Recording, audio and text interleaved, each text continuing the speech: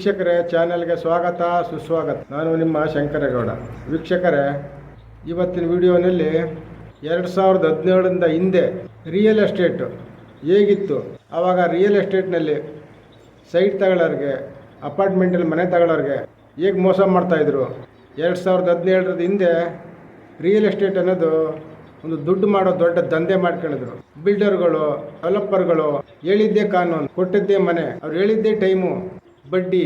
ಅದಕ್ಕೋಸ್ಕರ ಕೇಂದ್ರ ಸರ್ಕಾರ 2016ರಲ್ಲಿ ರೇರಾ ಅಂತ ಒಂದು ಆಕ್ಟ್ ಜಾರಿ ಮಾಡ್ತು.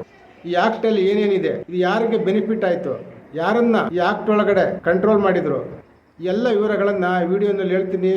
ಈ ವಿಡಿಯೋನ ಎಲ್ಲೂ ಸ್ಕ್ರಿಪ್ಟ್ ಮಾಡದೆ ಕೊನೆವರೆಗೂ ನೋಡಿ. ರೇರಾ ಬರುವ ಮೊದಲು ಕನ್ಸ್ಯೂಮರ್ ಪ್ರೊಟೆಕ್ಷನ್ ಆಕ್ಟ್ ಮತ್ತು ಸ್ಥಳೀಯ ಮುನ್ಸಿಪಲ್ ಕಾನೂನುಗಳು. ಇದರಿಂದ ಸಮಸ್ಯೆಗಳು ಏನಾಯ್ತಿದ್ದು ಅಂದ್ರೆ, ಯಾವುದೇ ಸಮಸ್ಯೆ ಬಂದರೂ ಸಿವಿಲ್ ಕೋರ್ಟ್ಗೆ ಹೋಗ್ಬೇಕಾಗಿತ್ತು. ಅಲ್ಲಿ ನ್ಯಾಯ ಸಿಗೋದು 15ರಿಂದ 20 ವರ್ಷ ಕಾಯಬೇಕಾಗ್ತಿತ್ತು. ನೋ ಸ್ಪೆಸಿಫಿಕೇಶನ್ ರೆಗ್ಯುಲೇಷನ್ ಇರಲಿಲ್ಲ. ಟೆಲಿಕಾಮ್ಗೆ ಟ್ರೈ ಇದೆ, ಬ್ಯಾಂಕಿಗೆ RBI ಇದೆ, ಆದರೆ ರಿಯಲ್ ಎಸ್ಟೇಟ್ಗೆ ಯಾರೂ ಇರಲಿಲ್ಲ. ಒನ್ ಸೈಡ್ ಅಗ್ರಿಮೆಂಟ್ಸ್ ಆಗ್ತಿತ್ತು. ಬಿಲ್ಡರ್ ಬರೆದ ಅಗ್ರಿಮೆಂಟ್ ಹೇಗಿರ್ತಿತ್ತು ಅಂದರೆ, ಗ್ರಾಹಕರ ಹಣ ತಡವಾಗಿ ಕೊಟ್ಟರೆ 18% ಬಡ್ಡಿ ಕಟ್ಟಬೇಕಾಗಿತ್ತು. ಆದರೆ ಬಿಲ್ಡರ್ ಮನೆ ತಡವಾಗಿ ಕೊಟ್ಟರೆ ಕೇವಲ 2ರಿಂದ 3 ರೂಪಾಯಿ ದಂಡ ಕೊಡ್ತಿದ್ರು. ರೇರಾ ಬಂದದ್ದು ಯಾಕೆ, ಯಾವಾಗ ಬಂತು? 2016 ಮೇ 1ರಂದು ಕಾಯ್ದೆ ಪಾಸ್ ಆಯಿತು. 2017ರಿಂದ ಪೂರ್ಣ ಜಾರಿಗೆ ಬಂತು. ಇದರ ಉದ್ದೇಶ ಪಾರದರ್ಶಕತೆ ಅಂದ್ರೆ ಟ್ರಾನ್ಸ್ಪರೆನ್ಸಿ ತರೋದು, ಬಿಲ್ಡರ್ಗಳ ಹೊಣೆಗಾರಿಕೆ ಹೆಚ್ಚಿಸುವುದು, ಗ್ರಾಹಕರ ಹಿತರಕ್ಷಣೆ ಮಾಡುವುದು. ಇದರಿಂದ ಗ್ರಾಹಕರಿಗೆ ಸಿಕ್ಕ ಬೆನಿಫಿಟ್ ಏನಪ್ಪಾ ಅಂದ್ರೆ, ಅದರಲ್ಲಿ 6 ಪ್ರಮುಖ ಪಾಯಿಂಟ್ಗಳಿವೆ. ಬಿಲ್ಡರ್ಗಳು ಪ್ರತಿಯೊಂದು ಪ್ರಾಜೆಕ್ಟ್ಗೂ ಒಂದೊಂದು ಸಪರೇಟ್ ಅಕೌಂಟ್ ಓಪನ್ ಮಾಡಬೇಕು. ಗ್ರಾಹಕರಿಂದ ಬಂದಂತ ಹಣವನ್ನ ಆ ಪ್ರಾಜೆಕ್ಟ್ಗೆ ಯೂಸ್ ಮಾಡಬೇಕು. ಕಾರ್ಪೆಟ್ ಏರಿಯಾ, ಗೋಡೆಗಳ ಒಳಗಿನ ಜಾಗಕ್ಕೆ ಮಾತ್ರ ಹಣ. ಮೊದಲು ಸೂಪರ್ ಬಿಲ್ಡಪ್ ಏರಿಯಾ ಅಂತ ಗಾಳಿ ಬೆಳಕಿಗೆಲ್ಲ ಹಣ ತಗೋತಾ ಇದ್ರು. ಈಗ ಅದಕ್ಕೆ ಅವಕಾಶ ಇಲ್ಲ. ರೈಟ್ ಟು ಇನ್ಫಾರ್ಮ್, ಬಿಲ್ಡರ್ ಪ್ರತಿ 3 ತಿಂಗಳಿಗೊಮ್ಮೆ ಪ್ರಾಜೆಕ್ಟ್ ಎಷ್ಟು ಮುಗಿದಿದೆ ಅಂತ ವೆಬ್ಸೈಟ್ ನಲ್ಲಿ ಅಪ್ಡೇಟ್ ಮಾಡಲೇಬೇಕು. ಅಡ್ವಾನ್ಸ್ ಪೇಮೆಂಟ್, ಅಗ್ರಿಮೆಂಟ್ ಆಗುವ ಮುನ್ನ ಆಸ್ತಿ ಬೆಲೆಯ 10%ಗಿಂತ ಹೆಚ್ಚು ಹಣವನ್ನ ತೆಗೆದುಕೊಳ್ಳುವಂತಿಲ್ಲ. ಸ್ಟ್ರಕ್ಚರಲ್ ಡಿಫೆಕ್ಟ್, ಮನೆ ಹಸ್ತಾಂತರವಾದ 5 ವರ್ಷದೊಳಗೆ ಬಿಲ್ಡಿಂಗ್ ನಲ್ಲಿ ಬಿರುಕು ಬಿಟ್ಟಿದ್ರೆ ತಮ್ಮ ಸ್ವಂತ ಖರ್ಚಿನಲ್ಲೇ ಸರಿಪಡಿಸಿಕೊಡ್ಬೇಕು. ಇಂಟರೆಸ್ಟ್ ಪಾರಿಟಿ, ಬಿಲ್ಡರ್ ತಡ ಮಾಡಿದ್ರೆ ಎಷ್ಟು ಬಡ್ಡಿ ಗ್ರಾಹಕರಿಗೆ ಕೊಡ್ತಾರೋ, ಗ್ರಾಹಕ ಹಣ ತಡ ಮಾಡಿದ್ರೆ ಅಷ್ಟೇ ಬಡ್ಡಿ ಕಟ್ಟಿಕೊಡ್ಬೇಕು. ಬೈಯರ್ಗಳ ಅನುಮತಿ ಇಲ್ಲದೆ ಬದಲಾವಣೆ ಮಾಡುವಾಗಿಲ್ಲ. ಲೇಔಟ್ ಅಥವಾ ಪ್ರಾಜೆಕ್ಟ್ ಬದಲಾಯಿಸಬೇಕು ಅಂತಂದ್ರೆ ಬೈಯರ್ಗಳ 3/2 ಭಾಗದಷ್ಟು ಖರೀದಿದಾರರ ಅನುಮತಿ ಅಗತ್ಯ. ಬಿಲ್ಡರ್ ಪ್ರಾಜೆಕ್ಟ್ ವಿಳಂಬ ಮಾಡಿದ್ರೆ ಬೈಯರ್ ಹಣವನ್ನ ಬಡ್ಡಿ ಸಮೇತ ವಾಪಸ್ ಕೊಡಬೇಕು. ರೇರಾ ವೆಬ್ಸೈಟ್ ನಲ್ಲಿ approval documents, completion date, project details, complaint status ಎಲ್ಲವೂ ಪಬ್ಲಿಕ್ ಮಾಡಬೇಕು. ಇದರಿಂದ ಮನೆ ಮಾಲೀಕರಿಗೆ ಕಾನೂನು ರಕ್ಷಣೆ ಸಿಗುತ್ತೆ, ಸಮಯಕ್ಕೆ ಸರಿಯಾಗಿ ಮನೆ ಸಿಗುತ್ತೆ, ತಪ್ಪು ಜಾಹೀರಾತು ಇರೋದಿಲ್ಲ, ರೀಫಂಡ್ ಮತ್ತು ಇಂಟ್ರೆಸ್ಟ್ ಸಿಗುತ್ತೆ, ಸ್ಟ್ಯಾಂಡರ್ಡ್ ಅಗ್ರಿಮೆಂಟ್ ಆಗುತ್ತೆ, ಏಜೆಂಟ್ ನೋಂದಣಿ ಕಡ್ಡಾಯ ಆಗೈತೆ.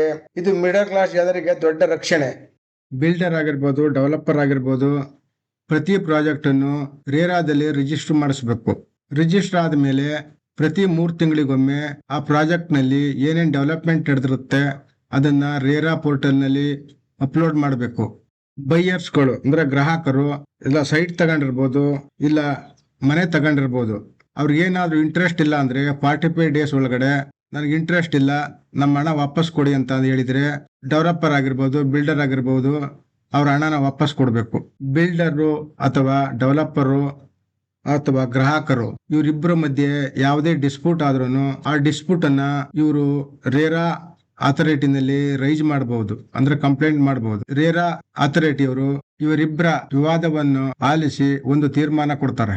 ಬಿಲ್ಡರ್ಗಳು ಅಥವಾ ಡೆವಲಪರ್ಗಳು ಶುರುವಿನಲ್ಲಿ ಅವರ ಪ್ರಾಜೆಕ್ಟ್ ಅನ್ನ ಯಾವ ರೀತಿ ಪ್ಲಾನ್ ಮಾಡಿರ್ತಾರೋ ಅದೇ ಪ್ಲಾನ್ ಕೊನೆವರೆಗೂ ಇರಬೇಕು. ಬೈ ಚಾನ್ಸ್ ಅವ್ರೇನಾದ್ರೂ ಪ್ಲಾನ್ ಚೇಂಜ್ ಮಾಡಬೇಕು ಅಂತ ಅಂದ್ರೆ, ಯಾರು ಮನೆ ಅಥವಾ ಸೈಟ್ ಅನ್ನ ತಗೊಂಡಿರ್ತಾರೋ ಅಂದ್ರೆ ಬೈಯರ್ಸ್ಗಳು, ಅವರಲ್ಲಿ 3/2 ಭಾಗದಷ್ಟು ಜನರ ಒಪ್ಪಿಗೆ ಪಡೆದು ಆ ಪ್ರಾಜೆಕ್ಟ್ ಪ್ಲಾನ್ ಅನ್ನ ಚೇಂಜ್ ಮಾಡಬೇಕು. ಸಮಯಕ್ಕೆ ಸರಿಯಾಗಿ ಬಿಲ್ಡರ್ ಆಗಿರ್ಬೋದು ಅಥವಾ ಡೆವಲಪರ್ ಆಗಿರ್ಬೋದು, ಸೈಟ್ ಆಗಿರ್ಬೋದು ಅಥವಾ ಮನೆ ಆಗಿರ್ಬೋದು, ಸರಿಯಾದ ಸಮಯಕ್ಕೆ ಕೊಡದಿದ್ರೆ ಎಷ್ಟು ದಿನ ಲೇಟ್ ಆಗುತ್ತೋ ಅಷ್ಟು ದಿನಕ್ಕೆ ರೇರಾ ಆಕ್ಟ್ ಪ್ರಕಾರ ಬಡ್ಡಿ ಕಟ್ಟಿಕೊಡ್ಬೇಕು. ಬಿಲ್ಡರ್ಗಳು ಅಥವಾ ಡೆವಲಪರ್ಗಳು ಗ್ರಾಹಕರಿಗೆ ತಪ್ಪು ಮಾಹಿತಿ ಕೊಟ್ಟು ಅದರಿಂದ ಗ್ರಾಹಕರಿಗೆ ನಷ್ಟ ಆದ್ರೆ ಅದನ್ನ ಗ್ರಾಹಕರು ರೇರಾದಲ್ಲಿ ಕಂಪ್ಲೇಂಟ್ ಮಾಡಿ ತಮ್ಮ ಹಣವನ್ನ ರೇರಾ ಆಕ್ಟ್ ಪ್ರಕಾರ ಬಡ್ಡಿ ಸಮೇತ ಹಣವನ್ನ ವಾಪಸ್ ಪಡಿಬಹುದು. ಬಿಲ್ಡರ್ ಆಗಿರ್ಬೋದು ಅಥವಾ ಡೆವಲಪರ್ ಆಗಿರ್ಬೋದು ಅಥವಾ ಗ್ರಾಹಕರಾಗಿರ್ಬೋದು, ಯಾರೇ ಆದ್ರೂ ರೇರಾ ಅಥಾರಿಟಿನಲ್ಲಿ ನ್ಯಾಯ ಸಿಗಲಿಲ್ಲ ಅಂದ್ರೆ ಹೈಕೋರ್ಟ್ ಅಲ್ಲಿ ಹೋಗಿ ತಮ್ಮ ಪ್ರಶ್ನೆಯನ್ನ ಚಾಲೆಂಜ್ ಮಾಡಬಹುದು. ಸೈಟ್ ಡೆವಲಪ್ ಮಾಡೋ ಡೆವಲಪರ್ಗಳು ಮಿನಿಮಮ್ 5,000 ಸ್ಕ್ವೇರ್ ಫೀಟ್ ಅಂದ್ರೆ 500 ಸ್ಕ್ವೇರ್ ಮೀಟರ್ ಒಳಗಡೆ ಇರೋರು ಯಾರು ರೇರಾದಲ್ಲಿ ರಿಜಿಸ್ಟರ್ ಮಾಡೋ ಅವಶ್ಯಕತೆ ಇಲ್ಲ. ಅಂದ್ರೆ ಮಿನಿಮಮ್ 8 ಸೈಟ್ ಒಳಗಡೆ ಸೈಟ್ ಮಾಡಿದ್ರೆ ಅದು ರೇರಾದಲ್ಲಿ ರಿಜಿಸ್ಟರ್ ಆಗಲ್ಲ, ಮಾಡೋ ಅವಶ್ಯಕತೆನೂ ಇಲ್ಲ. 8 ಸೈಟ್ ಗಳಿಗಿಂತ ಮೇಲ್ಪಟ್ಟು ಅಂದ್ರೆ 5,000 ಸ್ಕ್ವೇರ್ ಫೀಟ್ ಇಂದ ಮೇಲ್ಪಟ್ಟು ಅವ್ರೇನಾದ್ರು ಲೇಔಟ್ ಮಾಡಿದ್ರೆ ಅವ್ರೆಲ್ಲರೂ ರೇರಾದಲ್ಲಿ ರಿಜಿಸ್ಟರ್ ಮಾಡಿಸ್ಬೇಕು. ಸೊ ಆದ ಕಾರಣ ನೀವೇನಾದ್ರೂ ಸೈಟ್ ತಗೋಬೇಕಾಗಿದ್ರೆ ರೇರಾ ರಿಜಿಸ್ಟ್ರೇಷನ್ ಆಗಿರೋ ಸೈಟ್ ಮಾತ್ರ ತಗೊಳ್ಳಿ. ಯಾಕೆಂದಾಗ ರೇರಾದಲ್ಲಿ ರಿಜಿಸ್ಟರ್ ಆಗ್ಬೇಕಾದಾಗ ಅದು ಪ್ರತಿಯೊಂದು ರೂಲ್ಸ್ ಅನ್ನು ಫಾಲೋ ಮಾಡಿ ಅವರು ಲೇಔಟ್ ಮಾಡಿರ್ತಾರೆ. ಅಂತ ಅಂದ್ರೆ ಟೌನ್ ಪ್ಲಾನಿಂಗ್ ಇಂದ ಅಪ್ರೂವ್ ಆಗಿರ್ತದೆ, BDA ಅಪ್ರೂವ್ ಆಗಿರ್ತೈತೆ, BBMP ಅಪ್ರೂವ್ ಆಗಿರ್ತೈತೆ, DC ಕನ್ವರ್ಷನ್ ಆಗಿರೋ ಸೈಟ್ಗಳು ಸಹ ರೇರಾದಲ್ಲಿ ರಿಜಿಸ್ಟರ್ ಆಗ್ತವೆ. ಆದ ಕಾರಣ ನೀವೇನಾದ್ರೂ ಸೈಟ್ ತಗೊಳ್ಳೋಗಿದ್ರೆ ರೇರಾ ರಿಜಿಸ್ಟ್ರೇಷನ್ ಆಗಿರೋ ಲೇಔಟ್ ನಲ್ಲೇ ಸೈಟ್ ತಗೊಳ್ಳಿ. ಅವಾಗ ಸೈಟ್ ತಗೊಳ್ಳೋರ್ಗೆ ಯಾವುದೇ ತೊಂದರೆ ಇರಲ್ಲ, ಅವ್ರೆಲ್ಲಾ ರೂಲ್ಸ್ ಫಾಲೋ ಮಾಡಿರ್ತಾರೆ. ಬೈ ಚಾನ್ಸ್ ಅದರಿಂದ ಏನಾದ್ರೂ ನಮಗೆ ತೊಂದರೆ ಆದ್ರೂ ನಾವು ರೇರಾ ಅಥಾರಿಟಿಗೆ ಹೋಗಿ ಕಂಪ್ಲೇಂಟ್ ಕೊಡಬಹುದು.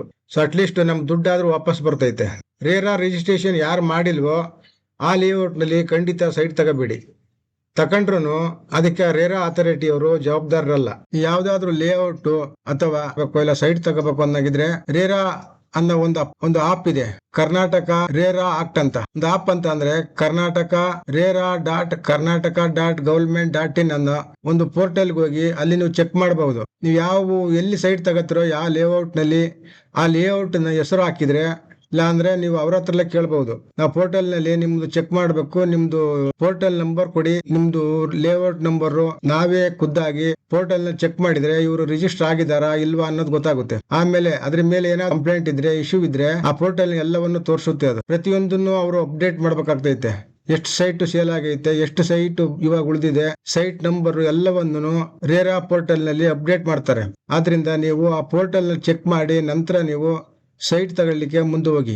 ಇದು ವೀಕ್ಷಕರೇ, ಈ ವಿಡಿಯೋ ನಿಮ್ಗೆ ಇಷ್ಟವಾಗಿದ್ರೆ ಲೈಕ್ ಕೊಟ್ಟು ಶೇರ್ ಮಾಡಿ.